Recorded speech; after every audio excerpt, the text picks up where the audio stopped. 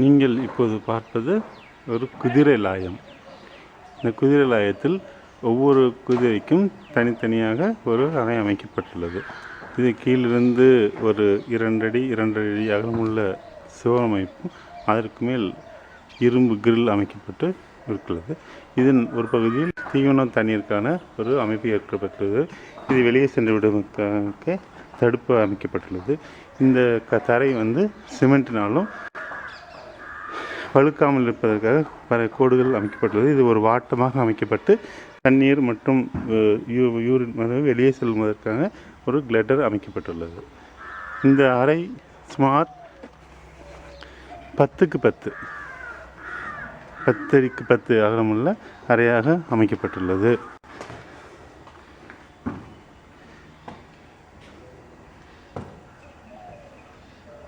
இந்த கொட்டகை மேல்புறம் ஆஸ்பெஸ்டால் அமைக்கப்பட்டுள்ளது.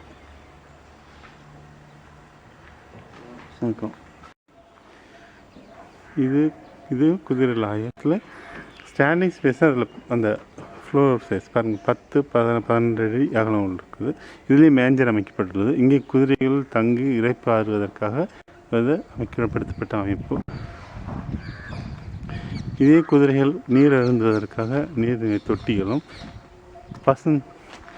பசுந்தீவனங்கள் அங்கே வைக்கப்பட்டுள்ளது. பசுந்தீவனம் மற்றும் தீவனங்கள் போடுவதற்கு இந்த கொட்டகை நின்று இந்த தீவனம் இங்கே கட்டி வைக்கப்பட்டுள்ளது. இது தீவனம் வழங்கும் போது மட்டும் இந்த இடத்துல குதிரைகளை கொட்டுவாங்க. இதுவும் அதே போல் தான் பசுக்கள் கொட்டகை மாதிரி நடுமத்தில் walking space, manger, standing space, clutter.